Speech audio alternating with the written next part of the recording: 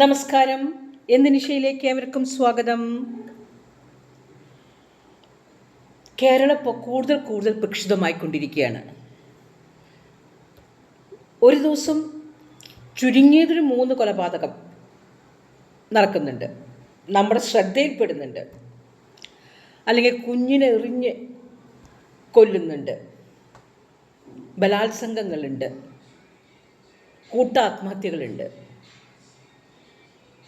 Violence ഇല്ലാത്ത ഒരു ദിവസമില്ല. Bomb blast ഒരെണ്ണം വന്നു, അത് അപൂർവമായിരുന്നു. അതും ഒരിക്കൽ 3-4 മാസത്തിന് മുന്നേ ഈ യഹോവയുടെ സാക്ഷികൾ പ്രാർത്ഥന കൂടിയൊരു ഓഡിറ്റോറിയത്തിൽ സംഭവിച്ചു.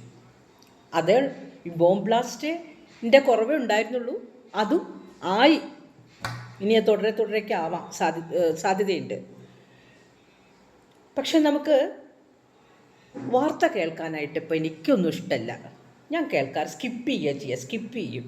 വളരെ സൗകര്യമുണ്ട്. യൂട്യൂബിലൊക്കെ ഇങ്ങനെ ചില വാർത്തകൾ മാത്രം ഇങ്ങനെ കാണിക്കും. അതിൻ്റെ മാത്രം വീഡിയോ കിട്ടുന്ന കാരണം ആവശ്യമുള്ളതൊക്കെ നമുക്കറിയാം. അതല്ലാതെ ഇരുന്ന് പത്രം വായിക്കാൻ, ഇരുന്ന് TV കാണാനോ ഇപ്പം മെനക്കെടാറില്ല. കാരണം കൺമുന്നിലെങ്ങാനും ബലാത്സംഗത്തിൻ്റെ, കൊലപാതകത്തിൻ്റെ, അല്ലെങ്കിൽ പിഞ്ചു കുഞ്ഞിനെ വലിച്ചെറിയണ വാർത്തയൊക്കെ കണ്ടാലോ എന്ന് പേടിച്ചിട്ട് അത് ഹോണ്ട് ചെയ്യും നമ്മളെ. സാധാരണ ഞാനൊക്കെ വളരെ സെൻസിറ്റീവായി ആയ കാരണം കൊണ്ട് അതൊക്കെ ഹോണ്ട് ചെയ്യും. അല്ലാതെ ഡിപ്രഷൻ വരും. അതുകൊണ്ട് ശ്രദ്ധിക്കാറില്ല അതൊന്നും. കഴിഞ്ഞ ദിവസം ഏറ്റവും കൂടുതൽ എന്ന് വെച്ചാൽ അഡ്മിനിസ്ട്രേറ്റീവ് സർവീസിൽ ഇരിക്കുന്ന ആൾക്കാർ, അവർക്കൊക്കെ മനസാന്നിധ്യം വേണ്ടതാണ്. ജഡ്ജികളും ഒക്കെ ആത്മഹത്യ ചെയ്യുന്നുണ്ട്, തൂക്കിക്കൊല്ലാൻ വിധിക്കുന്നവരൊക്കെ ആത്മഹത്യ ചെയ്യുന്നുണ്ട്. അതെന്താണെന്നറിയില്ല, ചിലപ്പോൾ കുറ്റബോധം എന്തോന്നറിയില്ല, അതുമുണ്ട്. മനുഷ്യർ ചിലപ്പോൾ കെമിക്കൽസ് കൂടുന്നതുകൊണ്ടോ കുറയുന്നതുകൊണ്ടോ ഒക്കെ ആയിരിക്കാം ഈ ആത്മഹത്യ. പക്ഷേ ഈ ഇന്ത്യൻ അഡ്മിനിസ്ട്രേറ്റീവ് സർവീസിൻ്റെയൊക്കെ തലപ്പത്തിരിക്കുന്ന ആൾക്കാർ, ഇപ്പം ഇന്നലെ കാക്കനാട് ഒരു കൂട്ടാത്മഹത്യ എന്താണ് അതിൻ്റെ ചുരുളഴിഞ്ഞിട്ടില്ല. പക്ഷെ അതൊക്കെ നമ്മളെ ആളുകൾ അതിലേക്ക് ആഴത്തിൽ പോലീസ് പോവുകയും പിന്നീട് അതിൻ്റെ കാര്യങ്ങളൊക്കെ നമുക്ക് പറഞ്ഞു തരികയൊക്കെ ചെയ്യും. ചുരുളഴിച്ചൊക്കെ നമ്മുടെ മുന്നിൽ അത് റിവീൽ ചെയ്ത് എക്സ്പോസ് ചെയ്യാറുണ്ട്. ഇപ്പോൾ ഈ അടുത്ത് ഞാൻ കുറച്ച് നാളായിട്ട് ഞാൻ നിശബ്ദമാണ്. ഉണ്ടെങ്കിലൊന്നും പ്രതികരിക്കാറില്ല. കേൾക്കും, മനസ്സിലിങ്ങനെ വയ്ക്കും. പക്ഷെ ചിന്തിക്കും, അത് ഇങ്ങനെ അശ്ശോ വളരെ ദുഃഖകരമായല്ലോ എന്നൊക്കെ പറഞ്ഞാലും ഞാൻ റിയാക്ട് ചെയ്യാൻ പോവാറില്ല. പക്ഷേ അതുകൊണ്ട് തന്നെ ചെയ്തുമില്ല. ഞാനിവിടെ കൊച്ചി തന്നെയാണല്ലോ ഇപ്പോൾ താമസിക്കുന്നത്. അപ്പോൾ ഇവിടെ അടുത്ത് ഒരു ഫ്ലാറ്റിൽ നിന്ന് പ്രസവിച്ച ഉടനെ കുഞ്ഞിനെ ഒരു ബാഗിലാക്കിയിട്ടോ പ്ലാസ്റ്റിക് കവറിലാക്കി വലിച്ച് റോട്ടിലേക്ക് എറിഞ്ഞു. അത് CCTV ക്യാമറയിൽ പതിഞ്ഞതുകൊണ്ട് പോലീസിനത് ഇന്ന ഫ്ലാറ്റിലെയാണ്, ഇന്ന ഒരു പെൺകുട്ടിയാണ് എന്നൊക്കെ മനസ്സിലായി. അത് മനസ്സിലാക്കി പോലീസ് അതോറിറ്റി അങ്ങോട്ട് കയറിപ്പോയി. ഉടനെ പറഞ്ഞു, അത് പുറത്ത് പറയണ്ട കേട്ടോ, കുട്ടിക്കൊരു ഡിപ്രഷനുള്ള കുട്ടിയാണ്, അതാരോ റേപ്പ് വിക്റ്റിം, നോട്ട് ഡിപ്രഷൻ, അത് റേപ്പ് വിക്റ്റിമാണോ എന്ന് സംശയമുണ്ട് കേട്ടോ എന്ന്. റേപ്പ് നടന്നിട്ട് എന്തായാലും 10 മാസം കഴിഞ്ഞിട്ടുണ്ടാവും. ആ റേപ്പ് വിക്റ്റിം എഡ്യൂക്കേറ്റഡ് ആയിട്ടുള്ളൊരു സ്ത്രീയോ പെൺകുട്ടിയാണ്. അപ്പോൾ റേപ്പ് നടന്ന് പിന്നീട് അത് റേപ്പ് അല്ല, മ്യൂച്വൽ കൺസെൻറ്റോടു കൂടിയാണെന്നൊക്കെ മനസ്സിലായി. ഇഷ്ടമില്ലാത്ത ബന്ധത്തിൽ നിന്നുണ്ടായ കുഞ്ഞാണ് എന്നും പറഞ്ഞു. ഇത്ര ഇഷ്ടമില്ലാത്ത ബന്ധത്തിൽ നിന്നുള്ളൊരു കുഞ്ഞാണെങ്കിൽ ഒരു മനുഷ്യജീവിനെ ഒരു തന്നെത്താൻ പോയി മനസാന്നിധ്യം ഇല്ലാതെ ആളുകളിൽ നിന്നൊക്കെ അത് മറച്ചു പിടിക്കുമ്പോൾ ഒരു ഡിപ്രഷൻ ഉണ്ടായിരുന്നില്ല. ഡിപ്രഷനുള്ള ആൾക്കാർ കൂനിക്കൂടിയിരിക്കും, പിന്നെ ഡെയിലി റൊട്ടീനൊന്നും ചെയ്യില്ല. നമ്മൾ ഡിപ്രഷനുള്ള ആൾക്കാരൊക്കെ നന്നായി കൈകാര്യം ചെയ്ത കാരണം നമുക്കതറിയാം. അവർ വളരെ സെൻസിറ്റീവ് ആയതുകൊണ്ടാണ് ഡിപ്രഷൻ ഉണ്ടാകുന്നത്.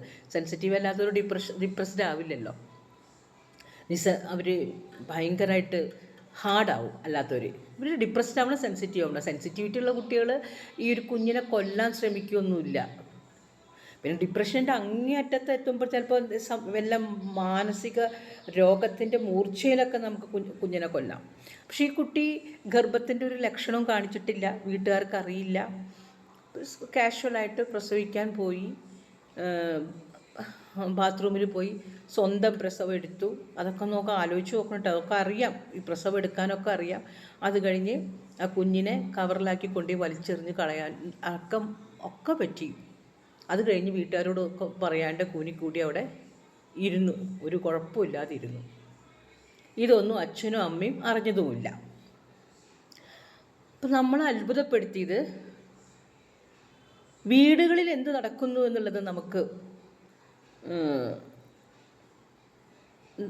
ഭയങ്കരമായിട്ടൊരു അത്ഭുതം തന്നെ തോന്നി. ചിന്തിക്കേണ്ട വിഷയമാണ് ഇപ്പോഴത്തെ വീടുകൾ എന്താണെന്നുള്ളത്. ബ്രോക്കൺ ഹോംസ് നമുക്കറിയാം, അത് അപ്പാരൻ്റ്ലി ബ്രോക്കൺ, അവിടെ ഫ്രാക്ചേർഡാണ്, ഫാമിലി മെമ്പേഴ്സിനൊക്കെ ഡിപ്രസ്. അത് ബ്രോക്കൺ അല്ലാണ്ട് മെയിൻറ്റെയിൻ ചെയ്ത് നിർത്തിയിട്ടുണ്ട്. വീട്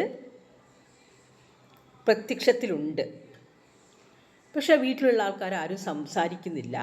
കുഞ്ഞ് ഗർഭിണിയായി പ്രസവിച്ചു എന്നുള്ളതൊന്നും ആരും അറിയില്ല. കുഞ്ഞ് എന്നൊക്കെ പറയുന്നത് നമ്മുടെ വാത്സല്യപൂർവ്വം പറയുന്നുള്ളൂ. 21, 22, 23 വയസ്സായ സ്ത്രീയാണ്. അപ്പോൾ ഈ കുഞ്ഞിനെ ഭർത്താവ് പ്രഗ്നൻ്റ് ആണെന്ന വിവരം അറിയിക്കാൻ കാമുകനെ പലവട്ടം വിളിച്ചിട്ടും കാമുകൻ എടുത്തില്ല എന്നാണ് പറയണത്. അപ്പോൾ പിന്നെ ആ കുഞ്ഞ് വേണ്ട, കാമുകൻ എടുത്തില്ലെങ്കിൽ ആ കുഞ്ഞ് വേണ്ട. എത്രയോ കുഞ്ഞിന് 1 മാസം 2 മാസമൊക്കെ മുന്നേ അത് വേണ്ടാന്ന് വെക്കാനുള്ള ഒരു ഓപ്ഷനൊക്കെ അവർക്ക് ഉണ്ടായിരുന്നു. അത് പ്രസവിച്ച് വന്നിട്ട് അതിനെ വലിച്ചെറിയാന്ന് പറഞ്ഞിട്ടുണ്ടെങ്കിൽ എത്ര അനാദരവാണ് ഒരു മനുഷ്യജീവിയോട് കാണിക്കേണ്ടതെന്ന് ആലോചിച്ച് നോക്കൂ. അതൊക്കെ പോട്ടെ, അതൊന്നും എന്നെ അത്ഭുതപ്പെടുത്തി എന്നുള്ളത്, അതൊക്കെ അത്ഭുതപ്പെടുത്തി.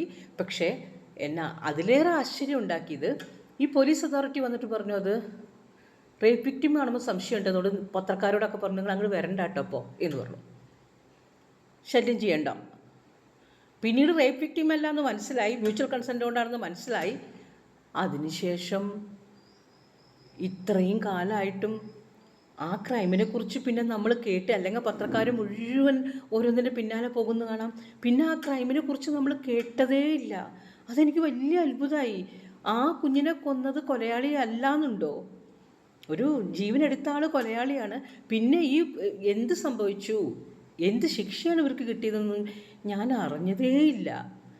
ഞാൻ വേറൊരു മാനസികാവസ്ഥയിലായതുകൊണ്ട് ഞാൻ അതിനെക്കുറിച്ച് ഒന്നും പറയാണ്ട് പോയി. കാരണം അപ്പോൾ എനിക്ക് തോന്നി എൻ്റെ പ്രശ്നം അല്ല എനിക്ക് ഏറ്റവും വലുത് എന്ന് ചിന്തിച്ചിരുന്നു ഞാൻ. അതുകൊണ്ട് തന്നെ ഇനി ഒന്നും പ്രതികരിക്കൊന്നും വേണ്ട, പറയണ്ട എന്നൊക്കെ പറഞ്ഞു.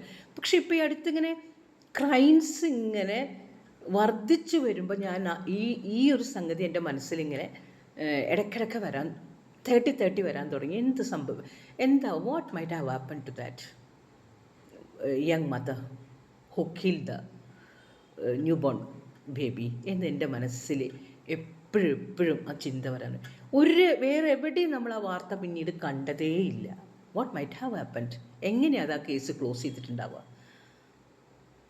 അതൊന്നും ആരുടെയും കൺസേൺ അല്ല കേട്ടോ. മുഖ്യധാരാ പത്രങ്ങളുടെ മാധ്യമങ്ങളുടെ ഒന്നും കൺസേൺ അല്ല. എൻ്റെ ശ്രദ്ധയിൽപ്പെട്ടിട്ടില്ല. ഇനി എൻ്റെ അറിവില്ലാണ്ടാണോ, ഇനി അവർക്ക് എന്തെങ്കിലും അതിൽ വേറെ രീതിയിൽ എന്തെങ്കിലും ഡെവലപ്മെൻറ്റ്സ് ഉണ്ടായോ, കേസ് പ്രൊസീഡ് ചെയ്തോ എന്നൊന്നും എനിക്കറിയില്ല. ഇതുപോലെയല്ലേ ചിലത്, എന്താ അതിങ്ങനെ സംഭവിക്കുന്നത്? എനിക്ക് അത്ഭുതമാവണു.